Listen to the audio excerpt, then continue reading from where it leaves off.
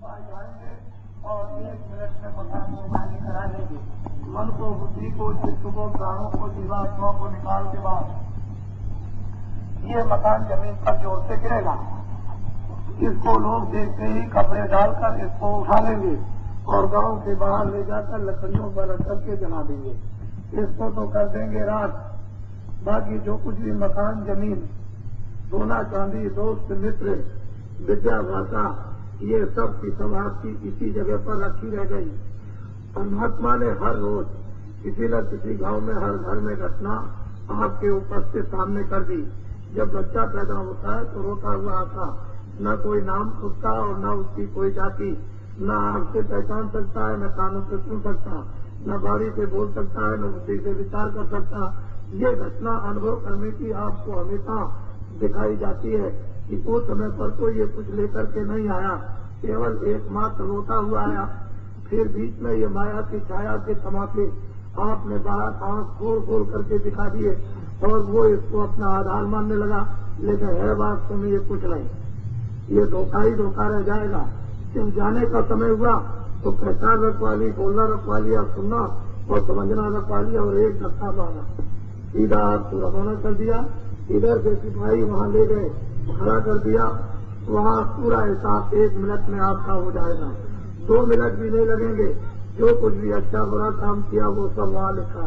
वहां हिसाब करके पूछेगा कि तुमको मृतलोक में आजादी दी थी, अधिकार दिया था अच्छे बुरे काम करने का, ऋषियों मुनियों साधु संतों को भेजा था कि अच्छा बुरा बतला देंगे। गीता रामायण वेदों शास्त्रों को लिखा था कि उससे आपको अच्छे बुरे का अनुभव होता रहेगा, तो आपको किसी ने बताया नहीं।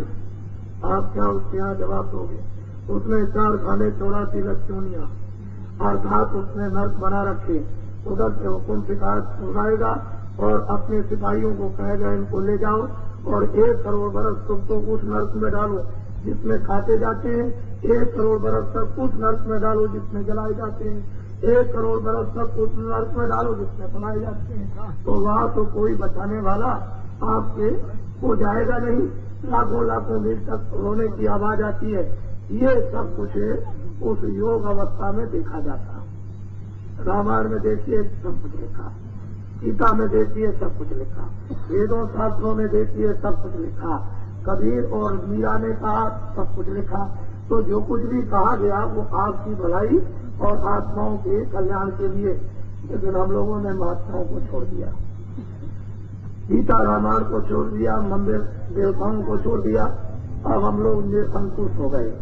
इस कारण से ये सारी विस्तारें आकर के आपके सामने चारों तरफ खड़ी हो गई और आपको उन्होंने भेज दिया। हर एक आदमी इस समय पर निराश अपनी जिंदगी से है कि पता नहीं आगे चल करके क्या होगा और क्या क्या व्यवस्था होगी और किस तरह का हमारा जीवन होगा।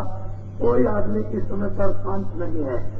आज के 50 साल पहले जीवन कितना सुखमय और आराम में व्यतीत होता था। एक आदमी काम करता था तब बैठ के खाते थे, 2 पैसे मजदूरी थी और 12 घंटे काम मजदूर करता था। मगर फिर मालिक का काम किया, फिर ये भी कह के जाता था कि मालिक का आज हमने काम नहीं किया, कल हम काम करेंगे। 1.5 पैसे का 1 गज खच्चर का कपड़ा मिलता था।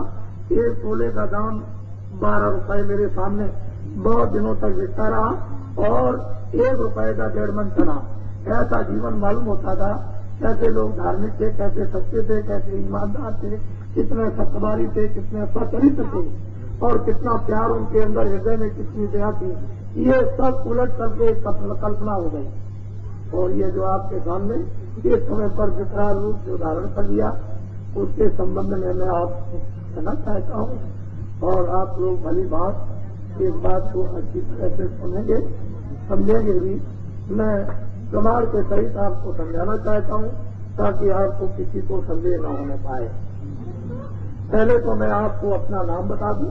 मैं आपके सामने एक किराए के मकान में हूँ और ये किराए के मकान का नाम तुलसीदास। इसको आप कभी नहीं भूल सकते हैं। मेरा एक छोटा सा आश्रम मथुरा में है। मैं सारे हिन्दुस्तान में जय गुरुदेव नाम का प्रचार करता हूँ, वो मेरा नहीं है, न आता है। आप पूछोगे किसका? उस परमात्मा का, उस ईश्वर का, उस भगवान का, उस ब्रह्म का, उस सर्वशक्तिमान, उस सुप्रीम पावर का नाम जय गुरुदेव। अब तीनों पर्चे मैंने आपको दे दिए। इसी समय ऐसा ही एक विकराल समय उस समय पर आया था जब अच्छे अच्छे लोगों ने ऋषियों मुनियों से याचना की कि इस समय पर जीवन अस्त हो गया और अशांति छा गई। तो ऋषियों ने उनकी प्रार्थना पर विचार किया और उनकी तरफ से भगवान से याचना की। चाहे प्रभु इस समय पर अच्छे लोगों को सृष्टि में बड़ा कष्ट मिला, कुछ न कुछ दया तो होनी चाहिए। तो ऋषियों को यह आदेश योग विद्या में मिला कि इन सब लोगों को ये बता दो कि तुम धीरज रखो और थोड़े दिन इंतजार करो, रामावतार होगा। ये तमाम ढलोरा ऋषियों ने चीज करके जगह जगह लोगों को बता दिया।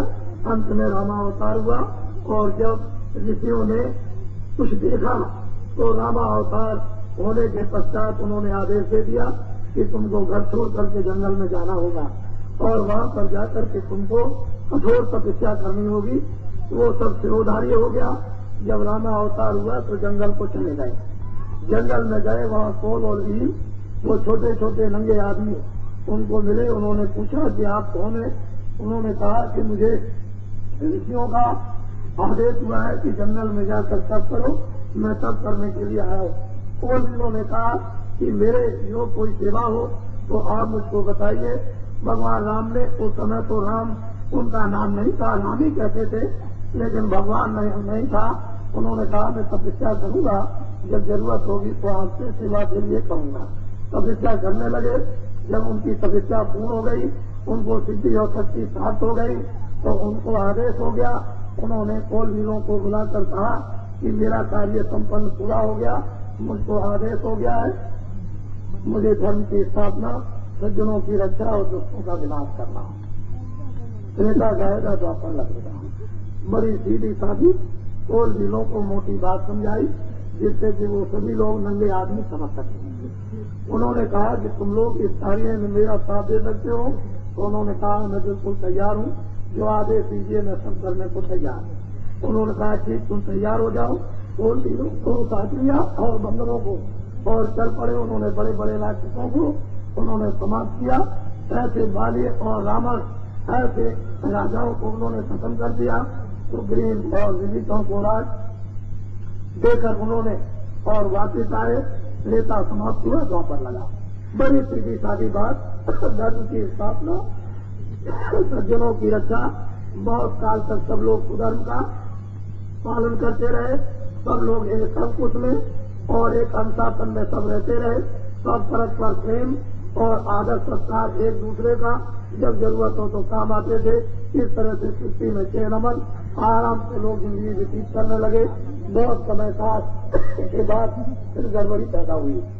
फिर लोग अंकुश होने लगे और लोगों ने महात्माओं के नियंत्रण को कुछ समय ऋषियों के तोड़ दिया और धीरे धीरे धीरे धीरे धीरे स्वास्थ्याचारी होते होते होते होते फिर पाप का घड़ा भरने लगा। और जब घड़ा भर गया तो फिर लोगों ने याचना उस वक्त के ऋषियों मुनियों से की। तो उस समय पर उन्होंने कहा तुम धीरज रखो, मैं भगवान से प्रार्थना करता हूँ, जो आदेश होगा बताऊंगा। ऋषियों ने तपस्या की और उनको ये आदेश हुआ कि चिंता करने की बात नहीं है, तुम सबको राजाओं को प्रजा को सुना दो कि द्वापर जाएगा, कलयुग लगेगा और कृष्ण अवतार होगा। मोटी बात सीधी आपके सामने रख दी। वो कृष्ण अवतार के रोकने की क्या क्या व्यवस्थाएं हुई वो समय के राजा जानते हैं, लेकिन कृष्ण अवतार हो गया। उन्होंने क्या क्या काम किए ये तो बहुत लंबी कहानी है। मूल मतलब ये है कि उन्होंने ग्वाल बालों को लेकर यही उन्होंने धनोरा पीटा, मुझे धर्म की स्थापना करनी, सज्जनों की रक्षा करनी, सीधा सीधा दुष्टों का नाश करना और द्वापर जाएगा, कलयुग लगेगा। सीधी बात उन्होंने की। ठीक इसी तरह से इसी भारत भूमि पर 18 दिन के अंदर उस महाभारत के वक्त में विश्व के वीर योद्धाओं को और विश्व विज्ञान को उन्होंने 18 दिन में पार कर दिया। 56 करोड़ बड़े बड़े लोग थे यज्ञवंशी, उनको लापता कर दिया। देखते देखते न मालूम कहां चले गए। मूल मतलब ये कि धर्म की स्थापना, सज्जनों की रक्षा और सब लोग अनुशासन नियंत्रण में रहने लगे और सुधर्म का पालन करने लगे और काफी दिनों तक अब तक ये स्थिति ठीक रही। और इन दिनों में ठीक उसी तरह का एक माहौल